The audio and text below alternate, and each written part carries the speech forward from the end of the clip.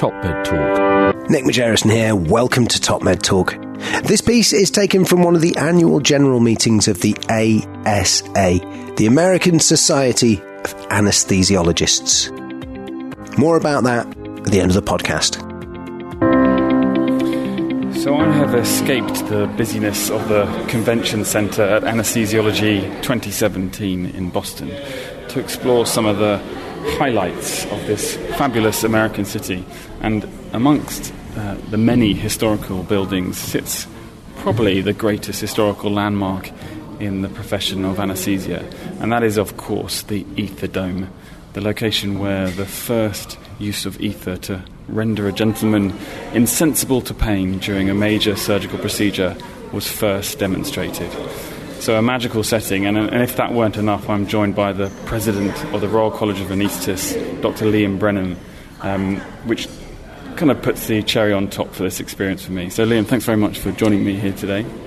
Hi Joff, it's an absolute pleasure to be here, and I've got my colleague alongside me from Cambridge, Andy Bailey, and we're in a room to describe it to you all that is an absolute iconic location. It's full of anaesthetists from all over the world attending the convention. There must be 30 people in this room, and to be at the site at which the first ever general anaesthetic was given is truly a dream come true. It is really, yeah. And Andy, how are you feeling now that you're here in the ether dome itself? Hi, it's a real contrast to the meeting we've all been attending of Anesthesiology 2017. Here at the start of anaesthesia, and yet we've just come away from an exhibition hall that's full of 21st century anaesthesia equipment and monitoring equipment. And the other thing is just looking at the plaques on the back of the chairs here. Horace Wells, Crawford Long. Yeah. They're all here. True history. All here. Yeah. And we were mentioning earlier, one of the most remarkable parts to this story was the speed at which it then spread around the world, given the time in which it was done. So this is 171 years ago. Done here in October. Yep. And then it was in London by... So, 16th of October 1846, the anaesthetic was given in this room by William Morton, and by the 19th of December, anaesthesia was being given in London. The news was taken across the Atlantic on a steamer, and within 6 months, practically every country in Europe ether anaesthesia was being used. And you consider at the time, this was before internet, this was before Twitter. Telephones, Twitter, social media. The speed at which this spread was truly remarkable. It is.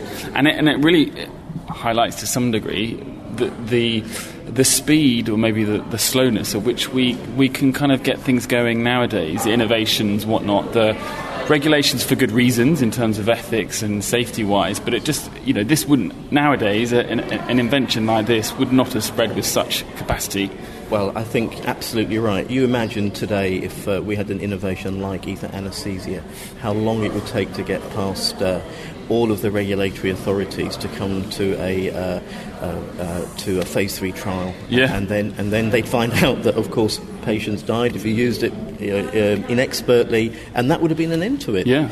But people were brave. People took the chance, and they did the right thing, and the recognition of physicians that this was a fantastic innovation that meant people could have surgery safely, and most importantly that the surgeon didn't have to rush and could take his time there, mostly speaking, and to be able to do a better job for their patient. Well, that's a very good point, isn't it? It's not purely that it made it comfortable for the patient to experience it. It was the conditions and therefore the outcomes for the patient because of the type of procedures that could be done, and two, the time at which they could take to do it properly. Yeah, prior to the advent of anaesthesia, surgeons literally had minutes to complete the surgery on a very, very uncomfortable and screaming patient. Yes, not ideal surgical conditions. Not at all, no.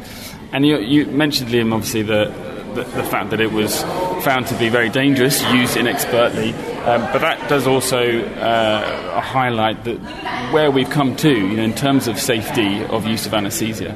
Well, when you think that in 170 years, where our specialty has come from, when the term wasn't even used. The first paper in November of that year didn't even use the term anaesthesia. It talked about rendering people insensible with using sulphuric ether for the conduct of surgery, is how it was described. So the word wasn't even used. 171 years later, you look at how we have progressed. Many of the major anaesthetic and the medical journals are older than anaesthesia. I've been given talks this year in our 25th year, and I spoke at a meeting along with Fiona Godley, the BMJ editor-in-chief, and I was able to say that actually your journal that you're editing is older than anaesthesia itself, 1840. Yeah, I mean, and that is, I think it's something that a lot of people, particularly lay people, don't quite get their heads around. It's a profession, a specialty in its infancy, really. It is, and I think, of course, now the next innovations are coming in perioperative medicine. We're looking at artificial intelligence, we're looking at big data, we're looking at genomics.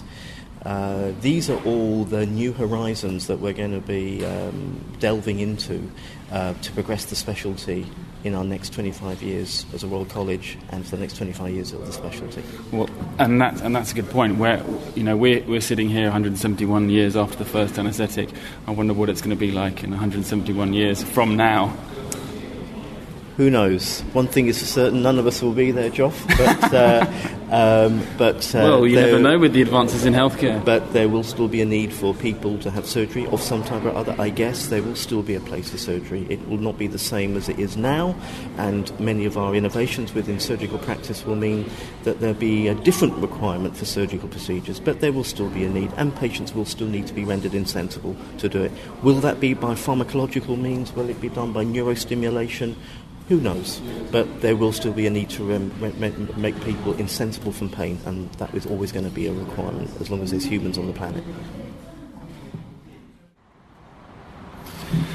So I'm just leaving the Massachusetts General Hospital after what was a very special experience, visiting the Ether Dome, the birthplace of anaesthesia, and doing it with the leader of our specialty and paying tribute to the pioneers of our trade. Top Med Talk. Worth mentioning that the ASA has an online proposition this year, and their website is asahq.org.